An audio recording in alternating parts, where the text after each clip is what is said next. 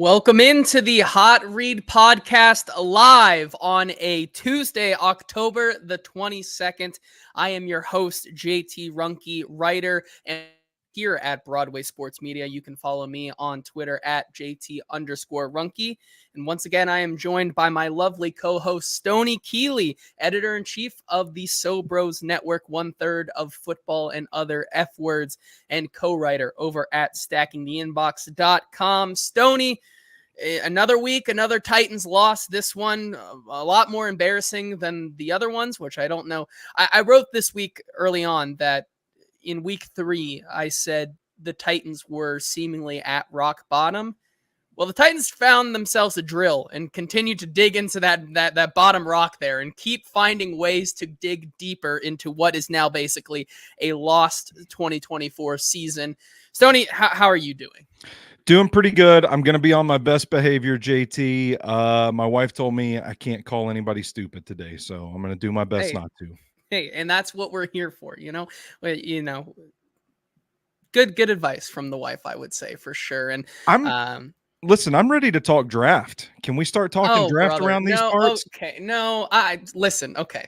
If there's one thing that I carry on in the show from the former co-host Easton Freeze, it's that my draft evaluation does not start and will not start until January, because there's no reason for me to start my draft evaluation now, because I have things to talk about. And even if it is the terrible Titans and how they've been playing, I'm still going to talk about that instead of something that is over 6 months away, in my opinion. But maybe that's just me. I know you are already on. Maybe you're like deep into your 2025 evaluation. I wouldn't be surprised if you're already starting to dip the toes into the 2026 prospects and looking. That's how far in you are, for sure. I mean, we can talk about it. I don't know how much I'm going to. I have taken a peek at the 2026 class. Course. That's all I'll say. I've got 30 full evals written already. I'm trying to piece together like my top 50 kind of prospects. I want to get the first layer on all of the first, second round caliber guys before I really move into the deep parts of the draft. But I'm 30 players deep. I'm ready to start digging into it, because I think this Titans team, I think they are what we thought they were last week. I think inevitability. It pretty much is what it was in a game that last year. I feel like we talked about this Titans team kind of being the definition of insanity by way of just not having the personnel to ever win a game, and yet talking ourselves into believing that maybe they could this week. This year, it's the definition of insanity, but it's the same phrase, tale of two halves, over and over and over again, because that's really what it's been for this Titans team. But we're going to dive into it here on a Tuesday. And if you are joining us live over on Twitter or Facebook, do us a favor and head on over to the Broadway Sports Media or 440 Sports YouTube pages, where you can join the conversation like Daniel and Eddie and Shrike over there in the comments. Daniel pushing back against the haters of the intro music, the intro music haters here, saying headbanging in the car to the intro music on the way home. Hope he's just, head banging along to the music and not physically banging his head into the car, as this in reaction to this Titans team. Eddie saying Braden and Paul can run from it, but this is your show, Stoney.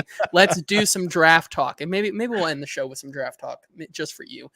Shrike saying there are no answers, just sadness. That's where I am. Eddie saying the answer is tequila, which is a great segue into another thing I might add. Sinkers Beverages, our wonderful and amazing sponsor here on the Hot Read podcast, bringing this show free to you twice a week for the season here. Thank you to Sinkers Beverages and their sister location, Bluegrass Beverages. More on them later. All right. Stoney, I brought something up a little bit ago here, not too long ago, about the Titans continuing to be an insane team that keeps having these games of tales of two halves. And that's really what this game was, because if you want to stop watching this Titans game on Sunday at the half mark, you would think, oh, this is a pretty decent team. I mean, they are talking about shutting a sleepy Buffalo Bills team seemingly down for the entire first half, not allowing the Buffalo Bills to convert on a single third down in that first half. Obviously, they do get a score off a pretty decent drive towards the end of the half, but for the most part, this was a team that was taking advantage of what the Buffalo Bills were showing them. And that was not a lot, because this is a team that got a massive slow start in that game. But as we know, over the past, 2 or 3 weeks, we see the same thing where it's just simply is not enough for this team, because things start to fall off the rails here. And that has to do a lot with, I think, this notion of momentum with this Titans team.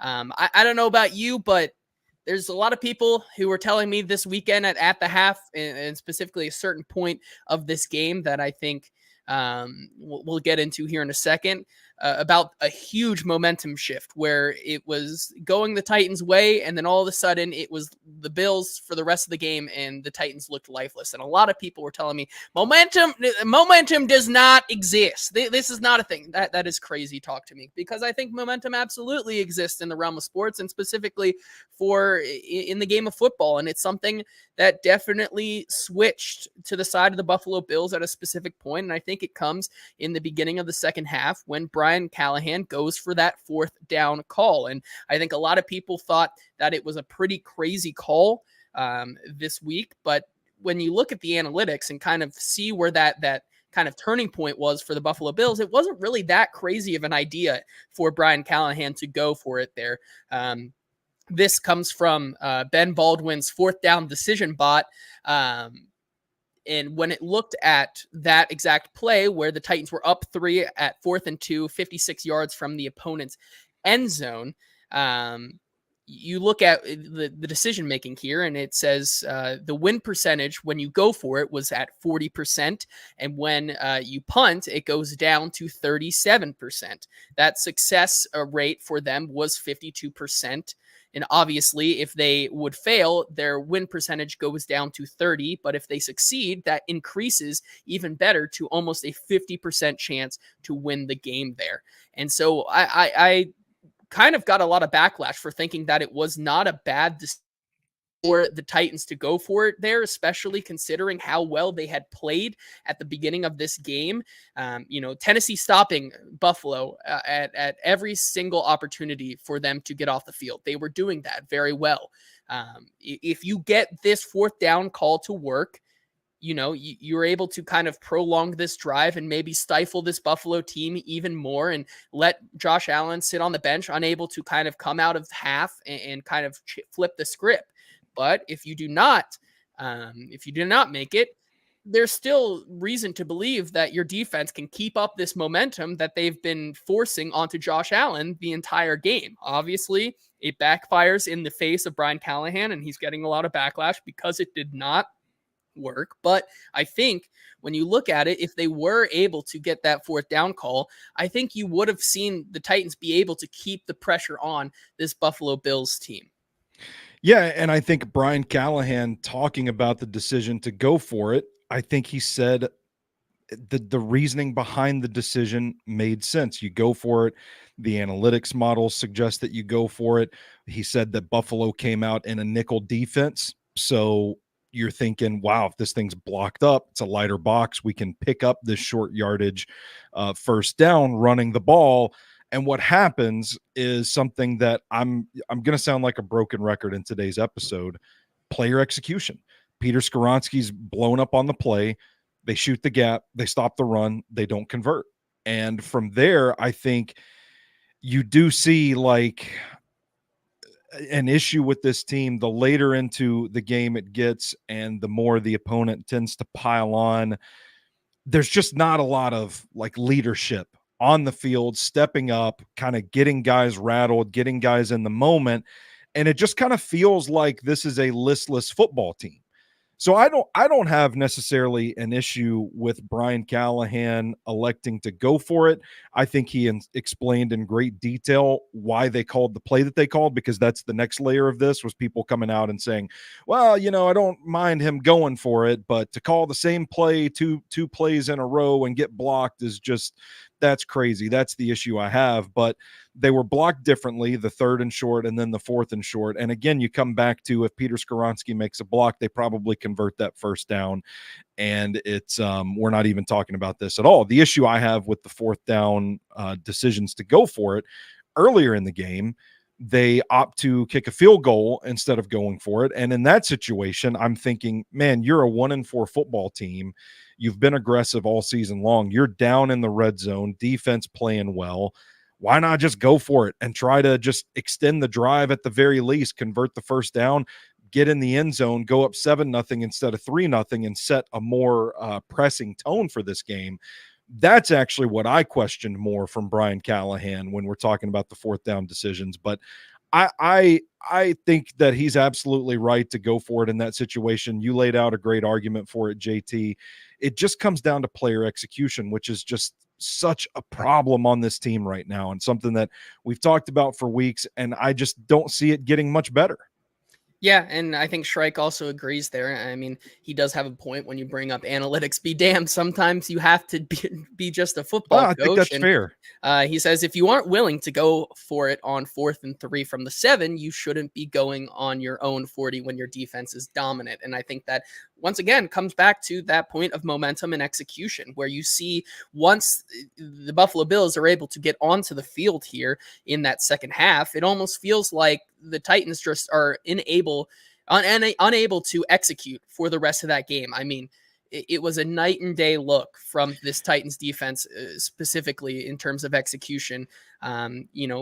It came down to a point where the two guys who were able to stretch the field and make big time plays, and Keon Coleman and the new addition of Amari Cooper, really came to bite them in the butt there towards the end of that game. I mean, even though you are kind of throwing guys out there like a 5th-round rookie in Jarvis Brownlee Jr., who I thought held his own for a lot of the game, but, did show some of those rookie tendencies and fell back down to earth a little bit. When you have to run Darrell Baker and Trey Avery on the outside as well, how long can you actually kind of survive in that atmosphere and in that environment? And I think that is something that continued just to run out for them, much like it has in a lot of these games this year.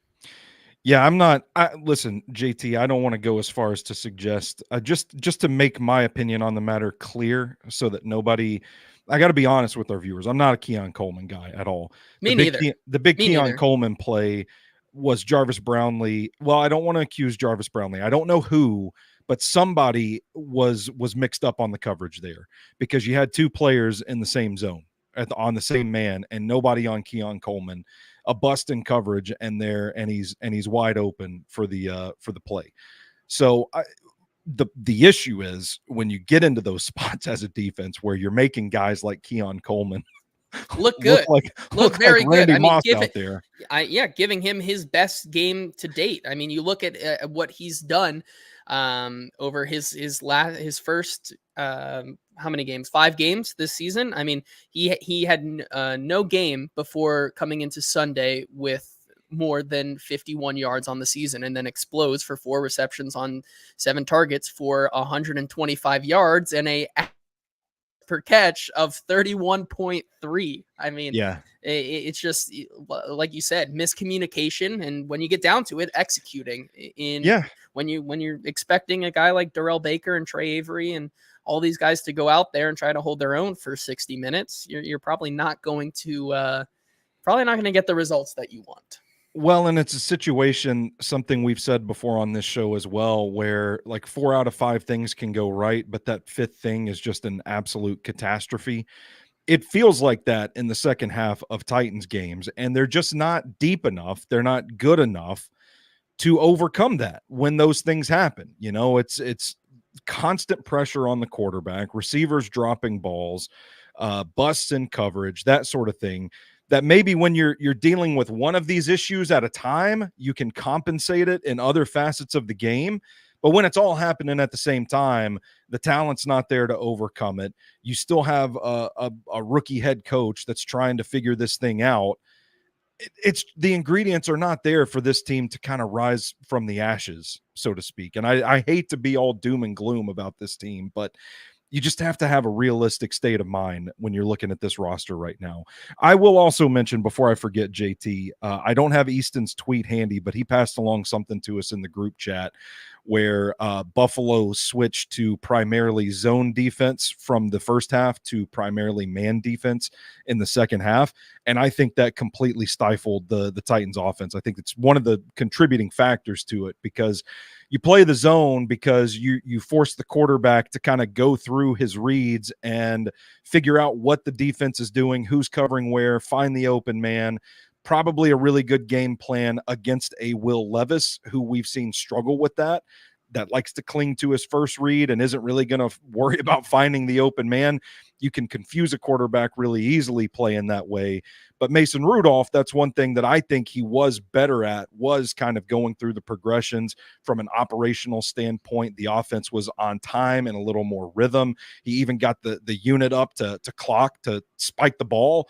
Like, efficient operation of the offense was Mason Rudolph's thing. And I don't know if this was a situation where Buffalo came off of it and said, hey, Rudolph's not the guy to kind of confuse with this, because he's seen a lot of these looks with his experience in the NFL. Let's go to man.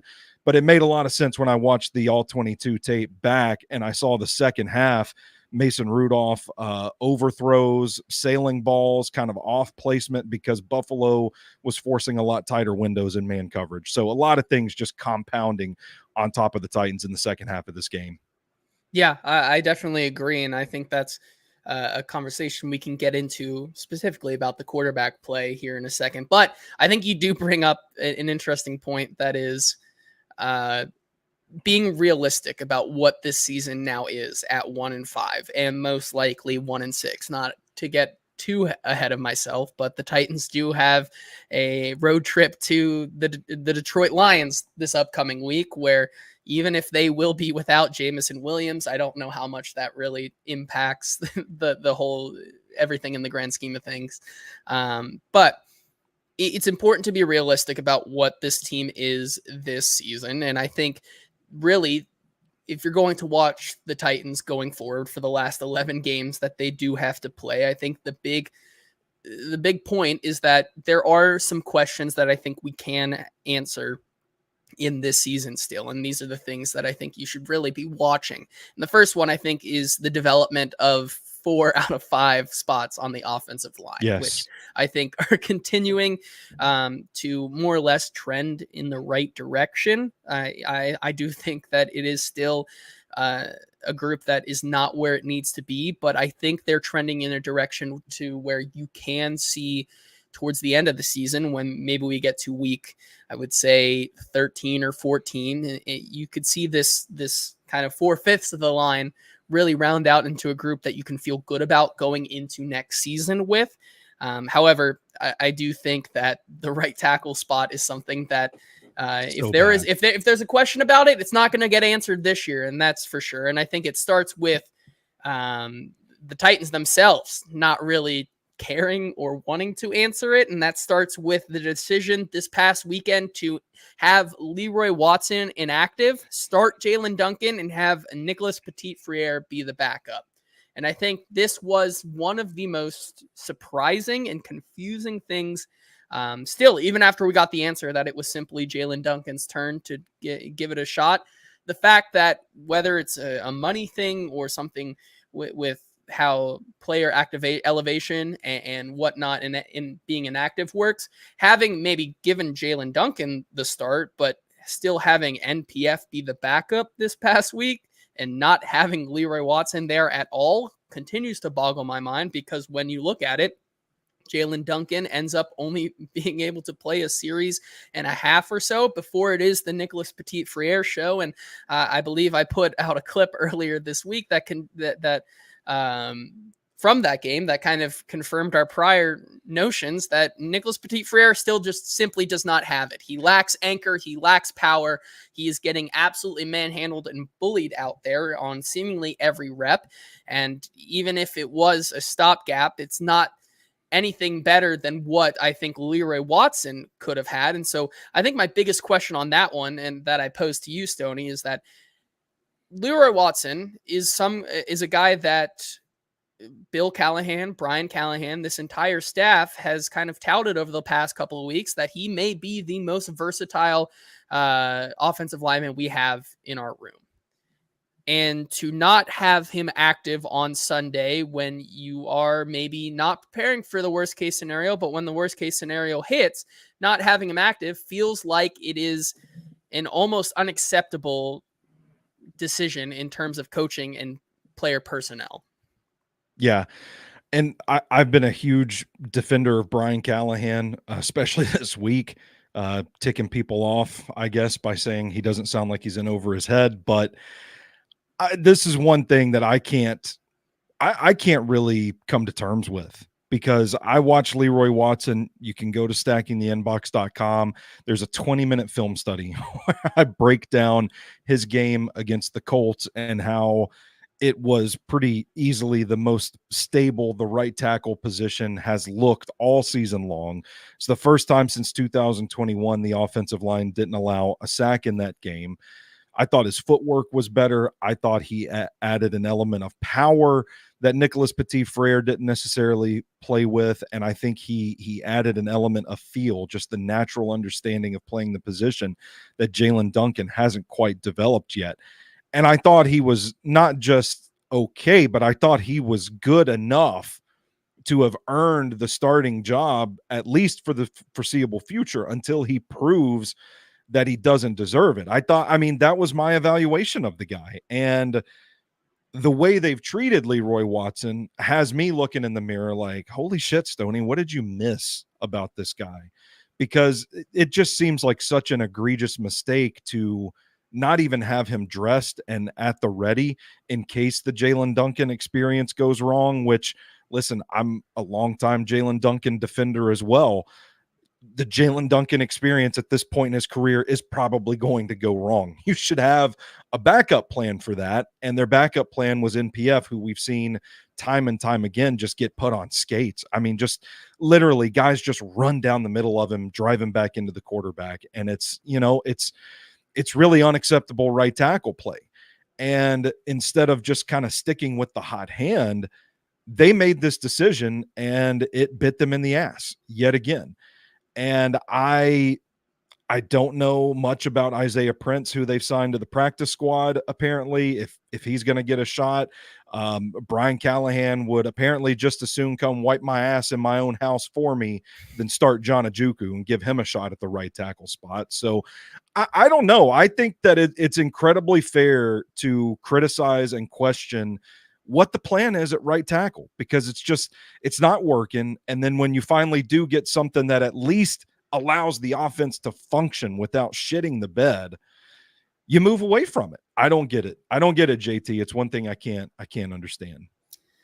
The only reasonable explanation maybe possible explanation that I can come up from with the information we have is that when Leroy Watson did play, I think penalties were a problem, and is something that this team, it doesn't take lightly, especially when you look at Leroy Watson's performance. A couple false starts, a holding penalty in that game against the Indianapolis Colts may have did him in. Maybe it was something in practice that we're just not privy to. It's something that I think if we get the chance to ask Bill Callahan this week, it's something that will be at the forefront of my mind, and a question I will definitely be wanting to ask him this week about the decision making in that area. But when you talk about what the answer is for this right tackle situation, I'll give you one answer that it certainly isn't, and that is looking at the rest of this line and trying to move pieces around. And this was a question that a whole heck of a lot of people wanted the Titans to possibly do this week, in terms of maybe putting Dylan Radins out to right tackle and putting Daniel Brunskill back into right guard, a position that both of these guys have played in the past. Whether or not they've played it well is still up for debate. And I think is not the total story there. But when asked about it this week, at right tackle, looking for something better than what we've had so far out of the mix, Callahan said, no thought of Radens right now playing well would be a disservice to him. And I think that is the right decision by this coaching staff right now, to not mess up the flow of what guys like J.C. Latham, Peter Skoronski, Lloyd Cushenberry, and Dylan Radens are. For the most part, they've played, at least competent level offensive line play throughout the first 5 games or 6 games of the season here. And so when you look at making a move like that, I just don't think that's feasible. Yeah, I agree wholeheartedly, and I'm glad that Brian Callahan said it. It would be a disservice to Dylan Radens. We talk about a guy that's kind of been a journeyman offensive lineman on this one team, right? Not moving around to several teams, but moving around to several positions. He's played some left tackle. He's played some left guard, some right tackle. He's been all over the place. Might want to line him up at quarterback too while we're at it and see if he can do any better. But I do think it would be a disservice to Dylan Radens. One of the quiet storylines for this team that we haven't really talked a whole lot about this season, but the development of Dylan Radens at right guard has been phenomenal. He has become one of their more consistent offensive linemen. And I think if he continues on this trajectory, we might start having the conversation about Dylan Radens potentially being the franchise guy at right guard. Like he's played that well.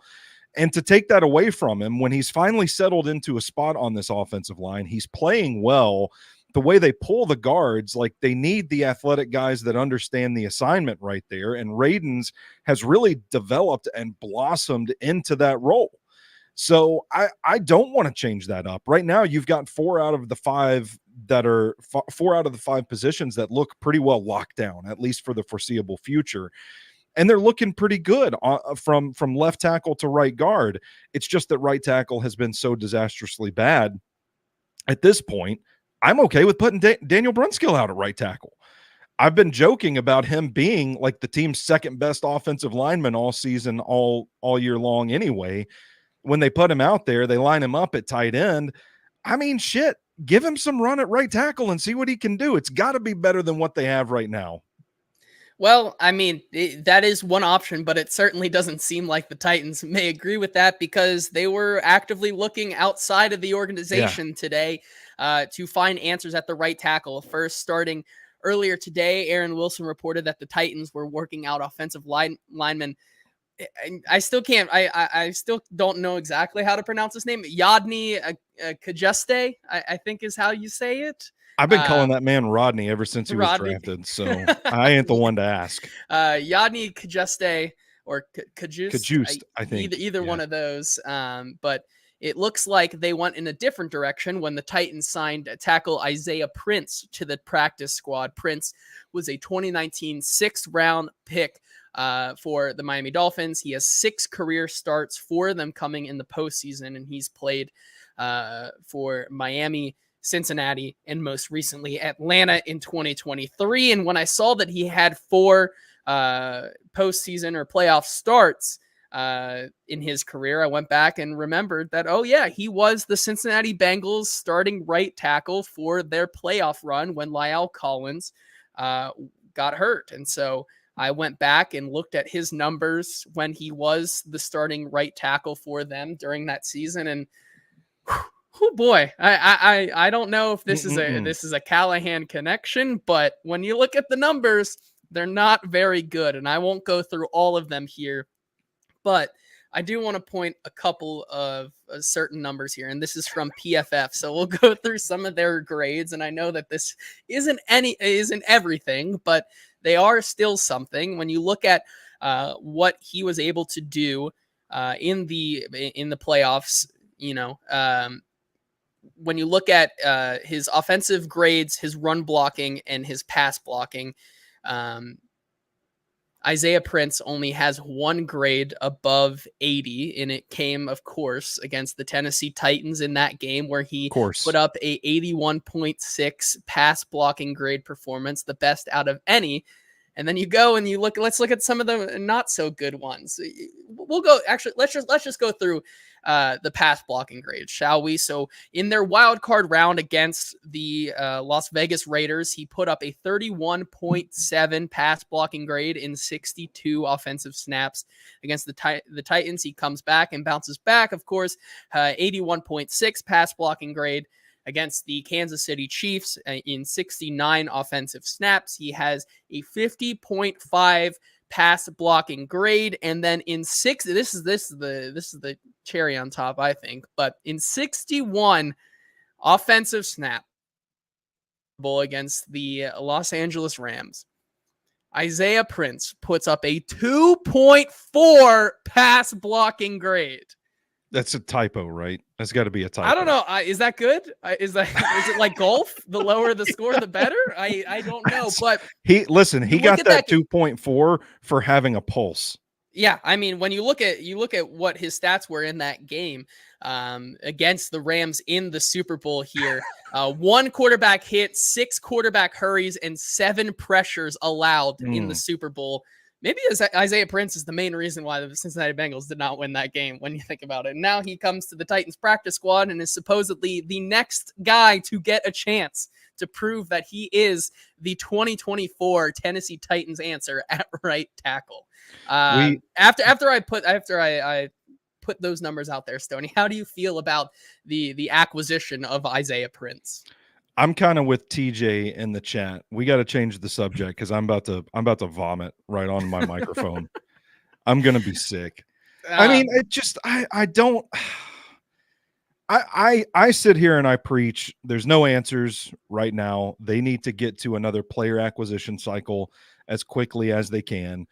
They're obviously handling right tackle by just throwing shit against the wall to see what sticks. But at the same time, like.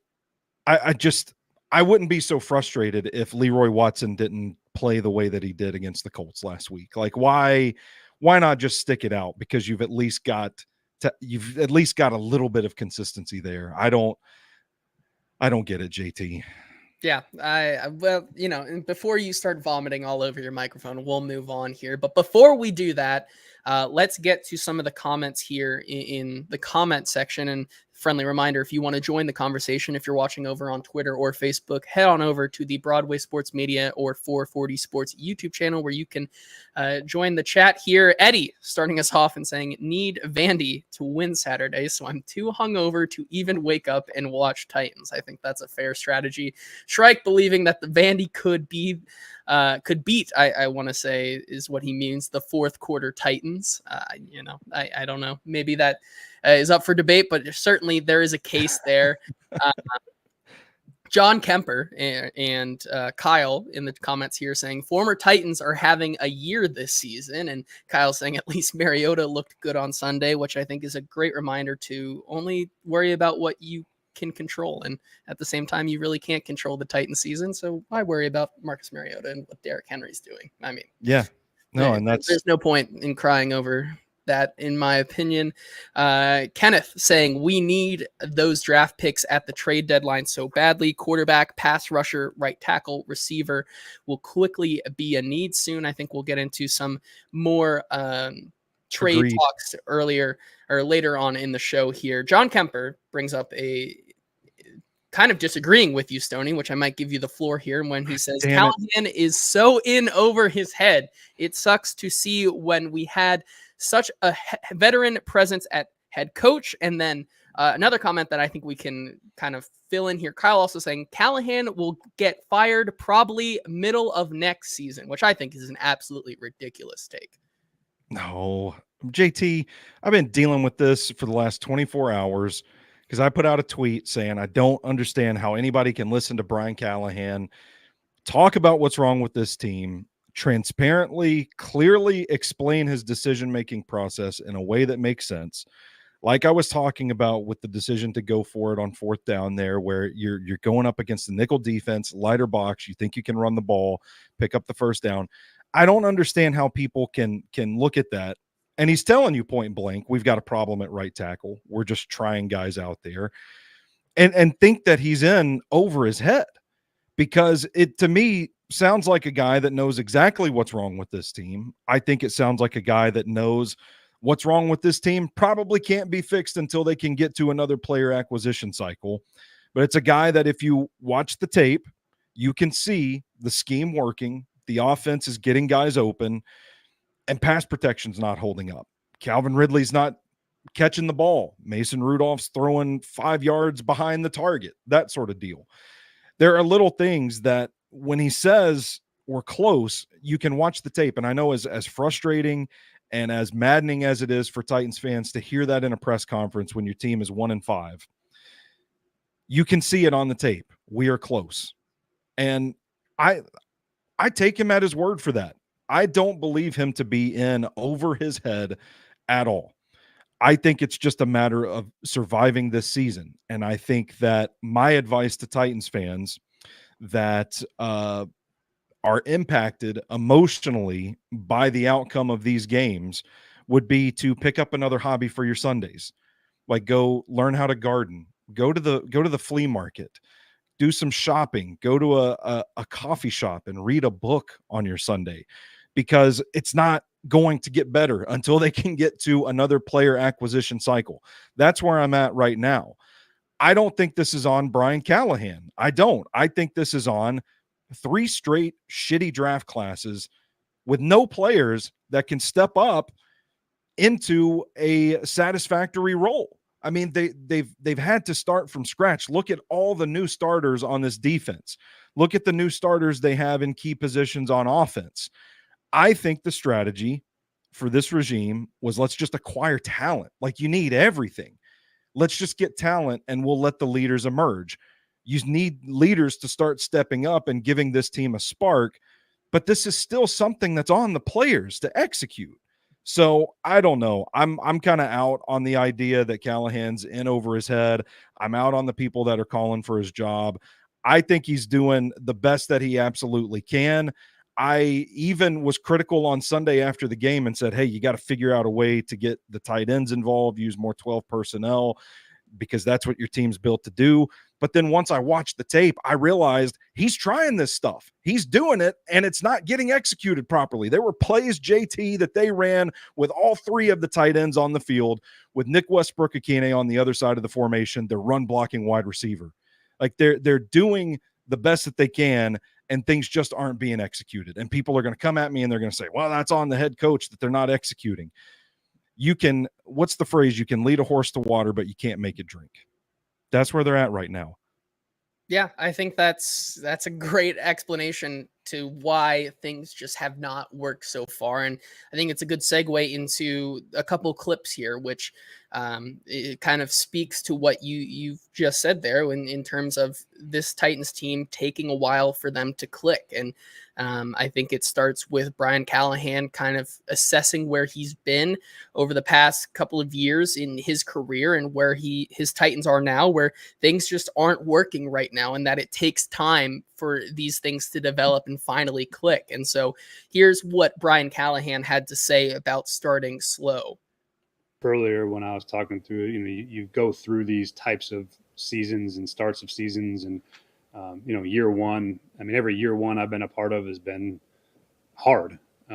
Year one in Cincinnati was hard. Year one in Oakland with John Gruden was hard. I was in year 2 with year 1 with John Fox. That was hard. Like year 1 is hard. There's a lot of things that you're trying to work through. There's a lot of things you're trying to get on the same page. You're trying to build your program the way you want it. And there's always going to be difficulty. And having gone through those experiences gives me the hope that 1, I can handle it, and 2, I've seen it before, so I have at least some roadmap to what that might look like and how to get out of it. But there's challenges that come in the start of every program, and we've not done a good enough job of handling some of those all the way around, and we have to find a way to do those better. I struggle to compare years and teams, certainly, but there's some similarities to the two for sure.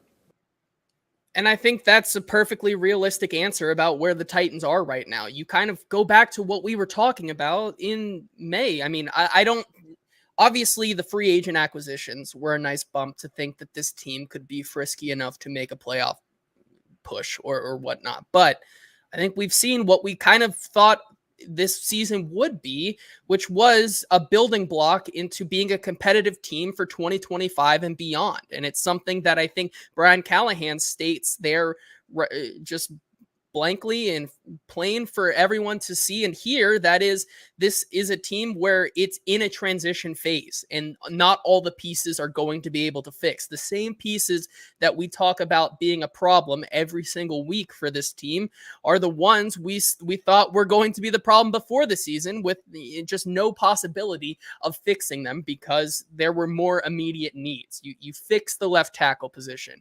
You bring in some wide receiver help. You bring in a new defensive fresh idea with Denard Wilson and some of the personnel you have back there. But you still have a lot of holes, one being maybe the most important position in quarterback, and what Will Levis is. That is not fixed itself this year. You don't have an answer at right tackle, which has been probably the biggest reason why things in the past game have not been able to work, because simply they don't have enough time. You talk about some defensive inefficiencies in the edge rusher room, in the linebacking room.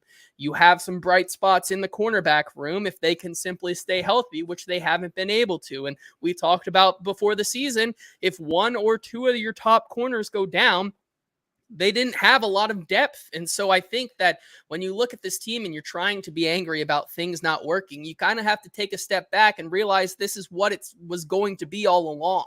And I understand it was nice to think about this team maybe getting out in front of the curve here, which is the development curve, a little early and competing. But when you take a step back and you look at everything that they did this offseason, I think it's a pretty reasonable spot for them to be in. And I think that, the answer to a lot of the other questions for the rest of this year about what this team can be in 2025 rides on Will Levis. And going back to the point that I still think Mason Rudolph showed little to nothing in his start against the Buffalo Bills. I thought when the offense worked, it was a lot of more to do with the scheme and Brian Callahan attacking a lot of what the Bills were giving them, using a lot of the underneath stuff to the tight ends to let them make plays in space. There wasn't a lot of verticality or threat of throwing down the field, which is why I think the Buffalo Bills allowed Mason Rudolph to get a lot of those short throws off, because they knew there was not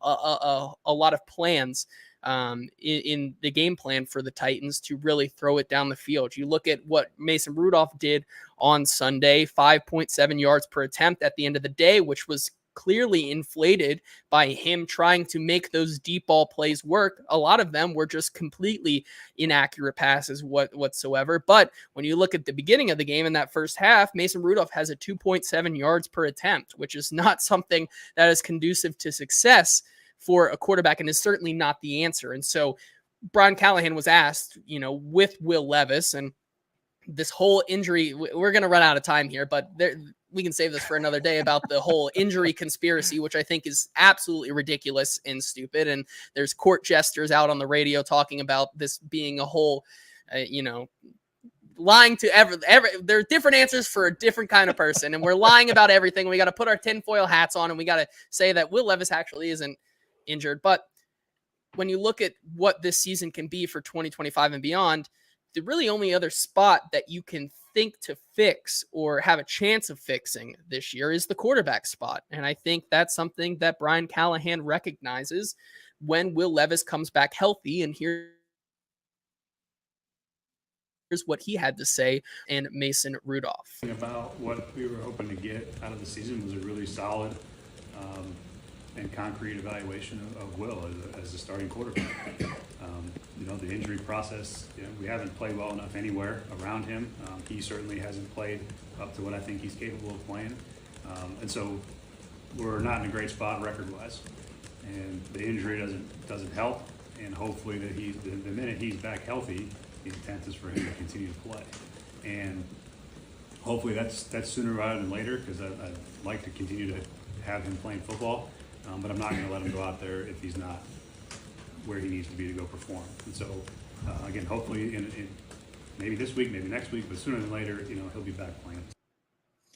And so I think the really thing that you can look for is to hope, if you're going to not take Stoney's advice and maybe pick up golf on the weekends while you still have some time, or go pick up a book, or even indulge in some of Stoney's recommendations for Yankee candles and start building your collection of your own, or doing anything like that, is that you want to maybe find hope in that Will Levis can find some semblance of himself from last year and continue to develop, and see if that is a realistic possibility. Now, that may just sound like a horror movie for some, to see Will Levis start to play good towards the end of the year when they really want a Cam Ward or a Carson Beck or a Shadur Sanders or something like that. And now you're in a hole, and that's another whole spin that we could get into there. But I think that's really the only place on this team that you can look at and say, maybe there is an answer here that we can find out for the rest of the season.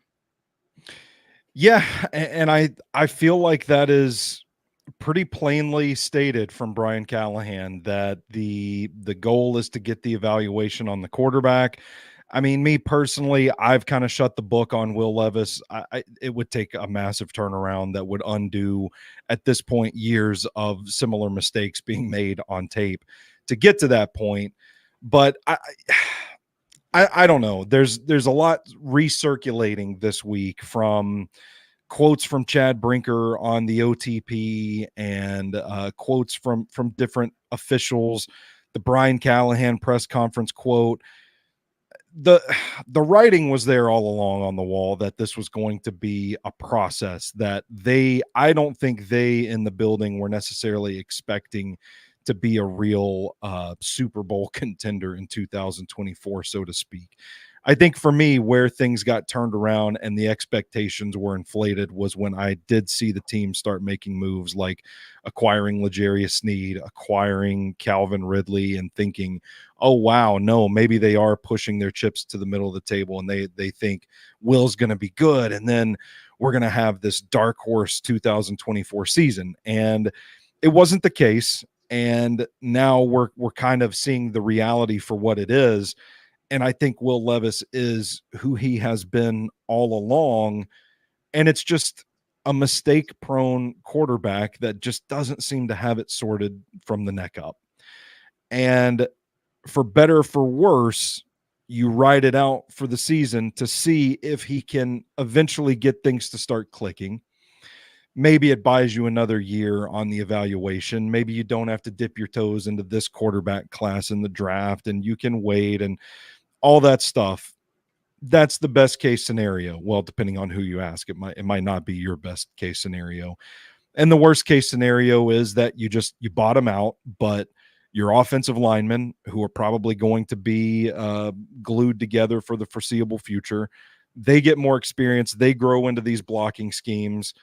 You get your wide receivers acclimated to the offense, you fine-tune the defense, and then you just continue to stockpile talent and add pieces. So I know it's not going to be a popular thing to say, but I think Will Levis is probably the move for the rest of the season. Yeah, I think so too. And you know what? If that upsets you, I have the perfect place for all Titans fans to go. That is Sinkers Beverages, the sponsor of this podcast. They have been serving the East Nashville community for over 40 years. They are now a 4-time Best of Nashville Liquor Store of the Year, have an absolutely incredible selection of both beers, wines, and spirits for you to peruse and enjoy. And if you're looking for something a little extra, you got to join their in crowd over there for special allocations, special benefits, special tastings that are private and you only know about when you do join their in crowd promotion and email list over there. If you can't, they have you covered. Just simply search Sinkers on Uber Eats and they deliver the booze to you. They drive so you can drink. Also have to give a shout out to Bluegrass Beverages, their sister store out in Hendersonville, who have been serving that community for over 50 years. Thank you to Sinkers Beverages and Bluegrass Beverages for sponsoring the show.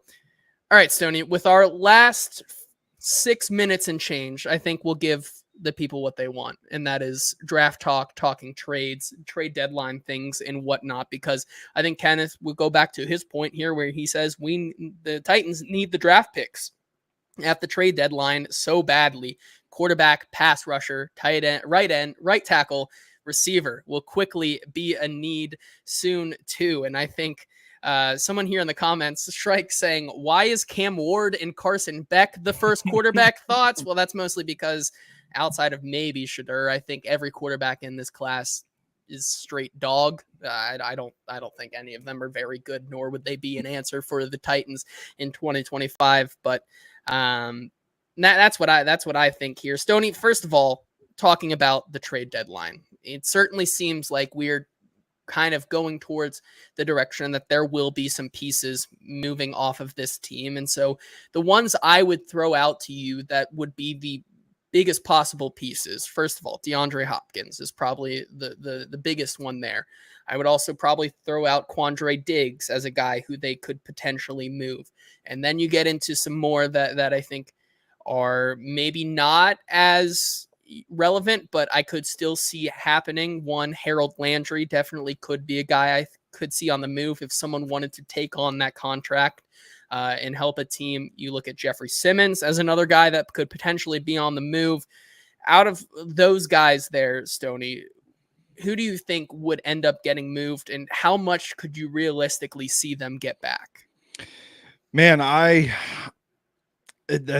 it's tough because I think Jeffrey Simmons is probably the most attractive of the bunch, but he's dealing with an injury right now. I don't think his play has necessarily been that consistent the last couple of years.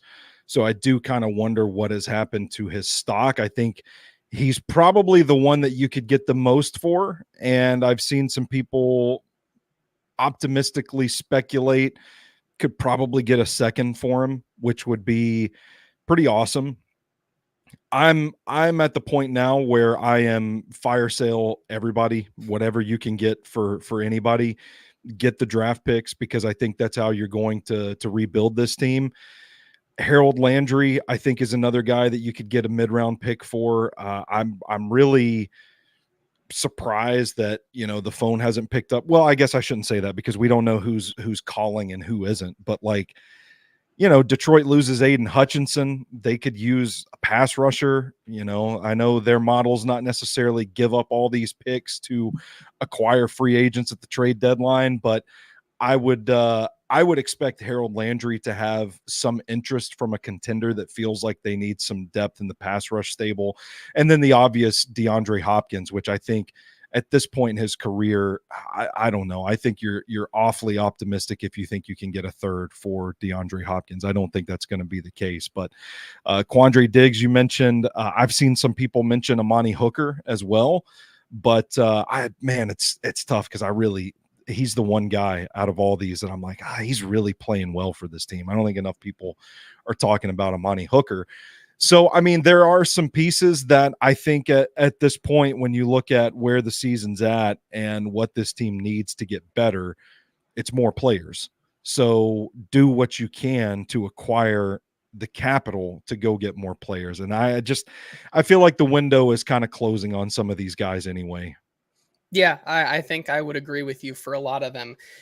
The biggest ones would be Jeffrey Simmons and Harold Landry, I think, are the hardest to move. But when you talk about pieces like DeAndre Hopkins or Quandre Diggs, you're probably not getting more than a third for those guys. But at the same time, we've seen what Rand Carthen over the last 2 years has been able to do with those day 3 picks, which is find guys who can make an impact rather quickly with guys like Jarvis Brownlee Jr., talk about Tyjae Spears, things like that. These guys towards the end of the draft, Jalen Harold even making some plays on Sunday, which is I feel like the first time we really saw him step up this season. So those guys are kind of making plays early on into their careers here. Outside of that, I really don't see a world where Calvin Ridley, with how bad he's playing right now, ever gets moved, especially with that contract. Yeah. Outside of that, I agree with you on Amani Hooker with that. But outside of that, I think, you realistically probably see 2 or 3 guys moved at the deadline here. Yeah, the thing is, more good news, people. I don't think this draft class is actually very good. So I'm struggling. I'm struggling to find, I don't have any like blue chip players in my class right now because I don't think that's what the people wanted to hear, Stoney, when they said talk draft. I don't know if that's what they want to hear. Yeah, so I mean, I think it's what you have to do though, right? Like you have to get the picks, you have to do your scouting, you have to evaluate, and you have to take a swing on guys. I mean, what's the alternative? You don't, and you don't go anywhere. But I would especially be considering getting more draft picks because you increase your odds of hitting with more picks, if that makes sense. Like you can afford a slip up if you've got an extra fourth or an extra fifth or something like that. And I think this is a draft that you're probably, oh boy, I'm trying to be optimistic and not just scorched earth on this class, but I think there are gems to be found like in every class, but I think it's going to be a situation where they're going to need, it might not just be next player acquisition cycle. I'll just say that. I don't want to tell the people to tune out for the next 2 years, but one more, we could be in trouble here. All right, maybe we won't do that much draft. I do want to bring up one thing quick here, which is a conversation that is going on in the comments section here, and I think it's an interesting question. As Shrike brings up, you look to see, a popular phrase with Vrabel last year was you look to see when a guy does less with more, and for better, for worse, it feels like Callahan is doing less with more than what Vrabel had. And I would push back on that notion with kind of the biggest thought being that when you look at what Vrabel was doing last year with some of this maybe he's doing more with less. You talk about two different philosophies in terms of coaching. One being Vrabel's defensive mindness, his defensive mind really playing a big part into their success and being able to kind of dominate these teams. Whereas it is totally switched to the other side here in terms of what the Titans have been able to do. You kind of give all that defensive responsibility to a guy like Wilson, something that the head coach is not really involved with. He's involved, but at the end of the day, he's not the one really scheming up this defense, so to say. And then when you look at what he's doing, he's trying to do more with, you look at this offense that continues to have a gaping hole at the right side, a quarterback who turns out is not really has the upside that you once thought he might have, and you're dealing with aging wide receivers who are not living up to the potential that they paid them. And so when you talk about Brian Callahan doing less with the more that he has, I don't know exactly how much more he can be doing when the guys that they have right now simply aren't executing at all. Yeah, and player execution was an issue under Mike Vrabel as well. I mean, Shane Bowen and them were in press conferences talking about the players just need to execute better. Like, this isn't an excuse that is solely and exclusively for Brian Callahan. I would also say last year was year 6 of the Vrabel experience. Sure. We're on game 6 of the Brian Callahan experience. Sure. I mean, it's just, I think people overestimate the leader of men quality for Mike Vrabel, because in hindsight, what we saw was that the way he coached, yes, he got people fired up for a game and they were really good as underdogs for a couple seasons, but man, it really was not sustainable. And we saw it bottom out in 2022 and continue in 2023. And I just don't think that Mike Vrabel was the more with less coach that people thought that he was. I thought he lost the locker room pretty early on in 2023. And that was reported too, by the way. I'm not just blowing smoke out of my ass. It was Teron Davenport, if I'm not mistaken, that put out the quote that said many in the locker room felt like now I'm trying to say quotes from memory that I don't have in front of me, but they felt like they could be more themselves this year. Yeah. So around there. So I think we kind of I'm not trying to be critical of anybody because I was guilty of it too. Up until the end of last season, when I said that I thought Mike Vrabel would get a chance to right the ship. There were more issues going on with his firing than just performance on the field. And that's been reported as well. That's come out. Issues with the relationship with ownership, the communication, the collaboration, that sort of stuff. But I think when once you just rip the Band-Aid off, so to speak, then I think you look back and you start to see, I don't really think this guy was the expert motivator that could just turn a switch and have everybody playing super hard that everybody thought that he was. It's easy to do that when you're winning games. And Jeffrey Simmons said as much last season, like, coach better, play better. Eventually we have to start doing it. We can't just start saying it. Like, that stuff gets old when you're not winning. And why was he not winning, JT? Because the roster got worse. 2019 to 2021, pretty good Titans roster in hindsight. I don't think we appreciated how good those rosters truly were. And when they got worse because of John Robinson's 3 consecutive shitty draft classes that were just, awful, I think it caught up with them. And we saw a sort of regression to the mean with Mike Vrabel. So I get it. They're golden years in Titans history. I'll always treasure the memories, that AFC Championship run, the number 1 seed, the 2,000-yard season for Derrick Henry. But I don't think that to reverse the role, so to speak, I don't know that Mike Vrabel has won one game with this current Titans team in 2024. Yeah, I think that's a good place to end it here. That's going to do it for the Hot Read podcast today. Thank you once again to Sinkers Beverages and Bluegrass Beverages for sponsoring the show. Make sure to head on over and follow them on socials at Sinkers Bev on Twitter and Facebook and Instagram and wherever you find your social media. And remember to join the in crowd for special benefits and whatnot. For Stoney, Keeley, I am JT Ruhnke. We'll be back on Friday with whatever this Titans game is going to be this Sunday. We'll preview that, talk more about this discussion and a lot more on Friday. Until then, this has been the Hot Read Podcast. We'll talk to you later. Go watch Ricky White out of UNLV, the wide receiver. There you go. All right.